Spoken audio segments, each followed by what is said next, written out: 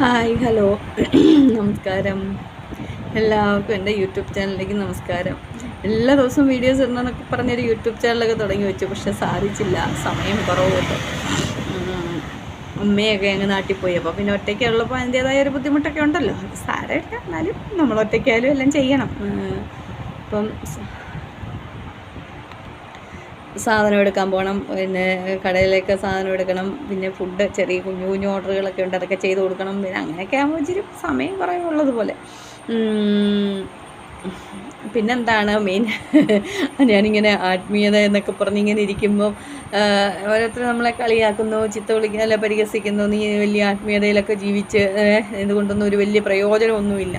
ഞാനിപ്പം പ്രയോജനം വരുത്തുക എന്ന് പറഞ്ഞാൽ എന്താണ്, നമുക്കിപ്പം നമ്മൾ മറ്റുള്ളവരുടെ പ്രയോജനപ്പെടരുത്. നമുക്ക് ജീവിതത്തിൽ ഉണ്ടാകുന്നതായ പ്രയാസങ്ങൾ അല്ലെ പ്രതിസന്ധികൾ, അതിനെയൊക്കെ നമ്മൾ പറയുമല്ലോ, നമ്മളിലെ ഒരു തീച്ചൂളയിൽ നിന്ന് അല്ലെങ്കിൽ തീകുണ്ടത്തിൽ നിന്ന് ഐസ് വാട്ടറിലോട്ട് വീഴുന്ന ഒരു പ്രതീതിയാണ് നമുക്ക് ഇങ്ങനെയുള്ള ഈശ്വരി, അല്ലെങ്കിൽ നമ്മളിങ്ങനെ ഒരു സ്പിരിച്വാലിറ്റിയിൽ, അല്ലെങ്കിൽ നമുക്കൊരു ആത്മീയമായ കാര്യങ്ങളിലോട്ട് നമ്മൾ പോകുമ്പോൾ അല്ലേ നമ്മളത് എല്ലാം ഈശ്വരനെ സമർപ്പിച്ച് ജീവിക്കുമ്പോൾ എനിക്കങ്ങനെ ഫീൽ ചെയ്യുന്നത്. നമ്മളൊരു വലിയ ചുട്ടുപഴുത്ത് പറയത്തില്ലേ, സ്വർണ്ണമൊക്കെ ഇതിനകത്തിട്ട് അടിച്ച് ചൂടാക്കി എന്ന് പറയുന്നത് പോലാണ്. അപ്പോൾ അതിനകത്ത് നമ്മളൊരു തണുത്ത വളരെ കൂളായിട്ടുള്ളൊരു അത്രയും ഒരു മനസ്സത്രയും ശാന്തമാകുവാണ്. അപ്പം നമുക്ക് ഒരുപാടിടങ്ങളിൽ നിന്ന് നമ്മൾ മാറ്റപ്പെടും. ഒരുപാടിടങ്ങളിൽ നമ്മൾക്ക് സ്വയം നമ്മൾ ഒരുപാടിടങ്ങളിൽ നിന്ന് മാറും. എന്നെ സംബന്ധിച്ച് പറയുകയാണെങ്കിൽ എനിക്ക് നെഗറ്റീവ് എന്ന് പറയുന്ന ഒരു കാര്യം എന്നോട് പറയുന്ന ഇടങ്ങളിൽ ഞാൻ അങ്ങനെ കൂടുതൽ പോകാറില്ല. അല്ലെങ്കിൽ അത് ആരോടും ഒരു കെറുവോ വിദ്വേഷമോ ഉണ്ടായിട്ടല്ല, എനിക്ക് പറ്റില്ല വഴക്ക് ബഹളം. ഇപ്പോൾ എൻ്റെ വീട്ടിലാണെന്നെങ്കിൽ പറഞ്ഞാലും എൻ്റെ ഭർത്താവാണെങ്കിലും എന്നോട് എന്തെങ്കിലും പറയുമ്പോൾ ഞാൻ പറയും, എൻ്റെ കൂടെ ജീവിക്കാൻ പറ്റുന്നില്ലെങ്കിൽ വേണ്ട, അത്രയും കാര്യമുള്ളൂ, അല്ലാതെ അതിന് വഴക്കിടേണ്ട കാര്യമൊന്നുമില്ല. നമ്മളെപ്പോഴും ഒരാൾ നന്നാകണമെന്ന് വിചാരിച്ചിട്ടാണ് ഒരാളോടൊരു കാര്യം, അല്ലെങ്കിൽ മക്കളോടായാലും ഭർത്താവിനോടായാലും ചുറ്റുമുള്ളവരോടായാലും നമ്മൾ എന്തിനാണ് പറയുന്നത്, അല്ലെ അങ്ങനെ വേണ്ട എന്നും പറയുന്നത് നമ്മുടെ വാശിയല്ല.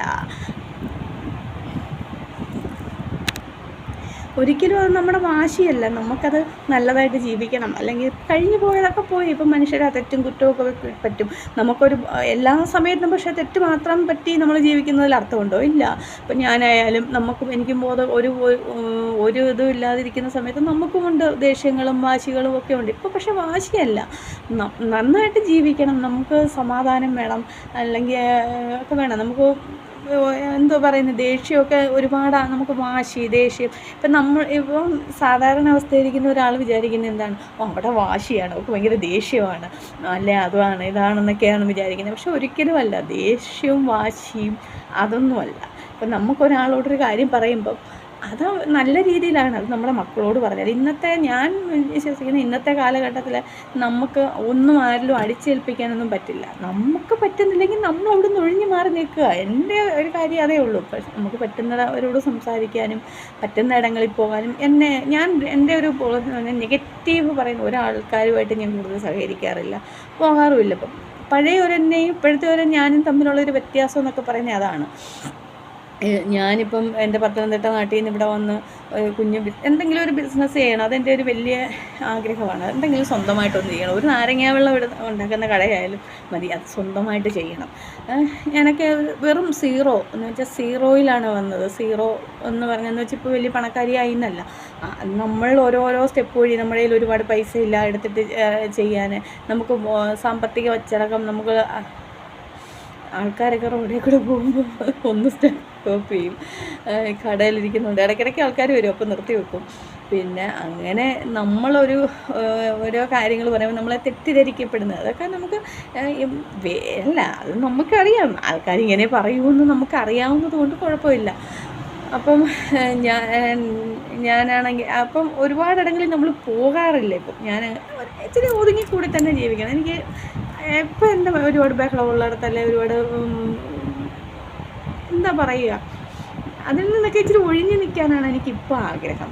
അപ്പോൾ നമുക്ക് ജീവിതത്തിൽ ഒരുപാട് ബുദ്ധിമുട്ടുകളും, പക്ഷെ അതിനൊക്കെ ഞാനിപ്പോൾ നന്ദിയുള്ളവളായിട്ടാണ് ജീവിക്കുന്നത്. കാര്യം നമുക്ക് ബുദ്ധിമുട്ടും പ്രയാസവും എന്തെങ്കിലുമൊക്കെ ഒരു നല്ല പരീക്ഷണം ഉണ്ടാകുമ്പോഴേ നമുക്ക് മാറ്റം ഉണ്ടാകത്തുള്ളൂ. ഇല്ലെങ്കിൽ നമ്മൾ ആ കിടക്കുന്നിടത്ത് കിടക്കും. ഇല്ലെങ്കിൽ ഇത്രയും ഒരു ധൈര്യമോ അല്ലെങ്കിൽ ഈശ്വരൻ അതൊന്നും നമുക്ക് തരികേയില്ല.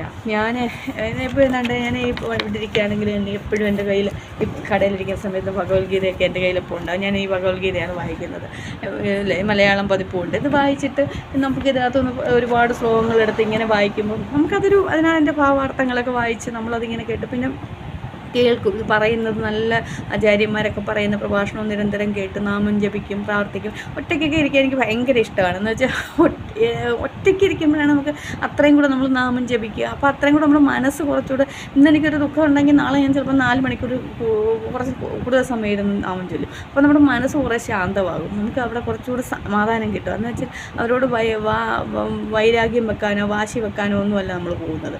നമ്മളെ പറഞ്ഞതിന് നമുക്ക് ഒരാളൊരു മോശം വാക്ക് പറഞ്ഞാൽ അവരിൽ ആയിരിക്കും തന്നെ തിരിച്ചു ചെല്ലും. അങ്ങനെയാണ് അല്ലേ ഭഗവത്ഗീത. കൃഷ്ണനെയൊക്കെ നമ്മൾ കൂടുതൽ ആരാധിക്കുന്നതും നമുക്ക് മനസ്സിലാക്കും. കർമ്മയിൽ നമ്മൾ ഒരുപാട് വിശ്വസിച്ച് പോകും.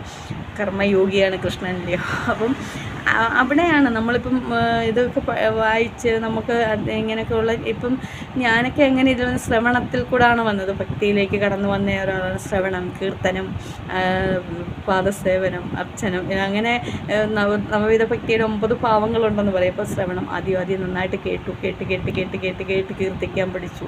പിന്നെ എപ്പോഴും സ്മരിക്കാൻ പഠിച്ചു.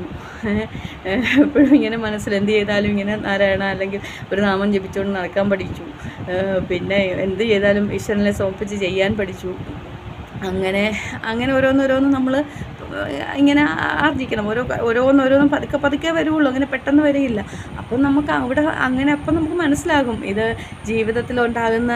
നമ്മൾ വിചാരിക്കുന്നുണ്ടോ കൊച്ചു പ്രായത്തിൽ ഒന്നും അറിയാത്തവരും നമ്മൾ വിചാരിച്ചു 18 വയസ്സ് കല്യാണം കഴിച്ചോ ഇനി സുഖം ഏതാണ്ട് വലിയ കാര്യം സാധിക്കാൻ കഴിയുമെന്ന് വിചാരിക്കും. പക്ഷെ ഒരിക്കലുമല്ല. അവിടെ തുടങ്ങും നമ്മുടെ ഒരു കുന്തവും അറിയാതെ ഒരു എട്ടും പൊട്ടും അറിയാൻ വയ്യാത്ത ഒരു പ്രായത്തിൽ കല്യാണം കഴിച്ചു. പിന്നെ ഉണ്ടാകുന്നതായ പ്രശ്നങ്ങൾ അത് തീവ്രമാണ്. പക്ഷേ ഒരു സമയത്ത് അതിൽ നിന്നൊക്കെ നമ്മൾ മുക്തമാകും.